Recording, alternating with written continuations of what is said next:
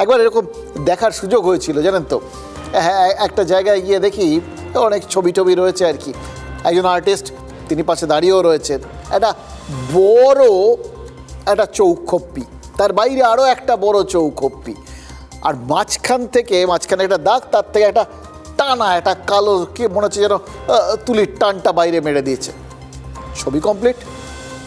তা আমি অনেকক্ষণ বোদ্ধার মতো দেখার চেষ্টা করে তাকে বললাম, এটা মানে বইয়ের মতো একটু প্লিজ বুঝিয়ে বলবেন বিষয়টা কি, এঁকেছেন কি। তা তিনি তখন গম্ভীর মুখে বললেন, এটা একটা খেলার মাঠ। বললাম আচ্ছা। বললো ওই বাইরের যে চৌখপ্পিটা ওটা হচ্ছে স্টেডিয়ামের বাউন্ডারি। বললাম ও, ভেতরের যে চৌখপ্পিটা ওটার ভেতরটা হচ্ছে মাঠ। বললাম বাহ।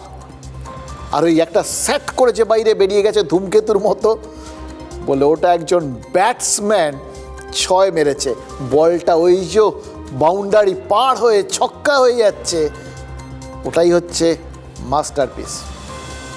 এইরকম নিগুড়ো ভাবনা অনেকে তো বোঝেন, আপনারা আমার মতো লোকজন বোঝেন না। যারা বোঝেন তারা কোটি কোটি টাকা দিয়ে ছবিগুলো কেনেন। সুতরাং বুঝতেই পারছেন পুজোর ক্ষেত্রে ওই শিল্পটাকে বোঝার জন্য কেউ কেউ যে বাড়তি খরচ করবেন, এটা তো খুব স্বাভাবিক।